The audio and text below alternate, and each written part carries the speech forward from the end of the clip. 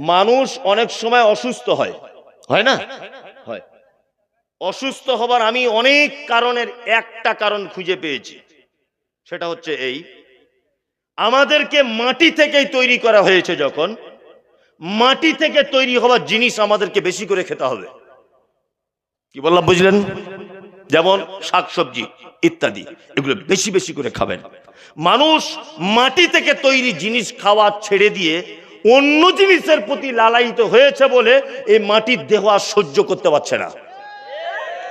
কি বলছি বুঝতে পারছেন? হ্যাঁ, ওই জন্য প্রতিদিন যদি মনে করেন আমি গোস্ত খাবো, প্রতিদিন আমি বিরিয়ানি খাবো, প্রতিদিন ঘি খাবো, পোলাও খাবো, প্রতিদিন আমি অন্যান্য জিনিস খাবো, আপনি সুস্থ থাকতে পারবেন না। ওই জন্য মাটিতে আল্লাহ সুবহানাহু ওয়া তাআলা যত যা কিছু তৈরি করেছেন, এই মাটির জিনিস বেশি বেশি করে খাবেন, দেখবেন আপনি শারীরিকভাবে সুস্থ থাকবেন। কারণ আল্লাহ আপনাকে মাটি থেকেই তৈরি করেছে। মাথায় রাখবেন এটা।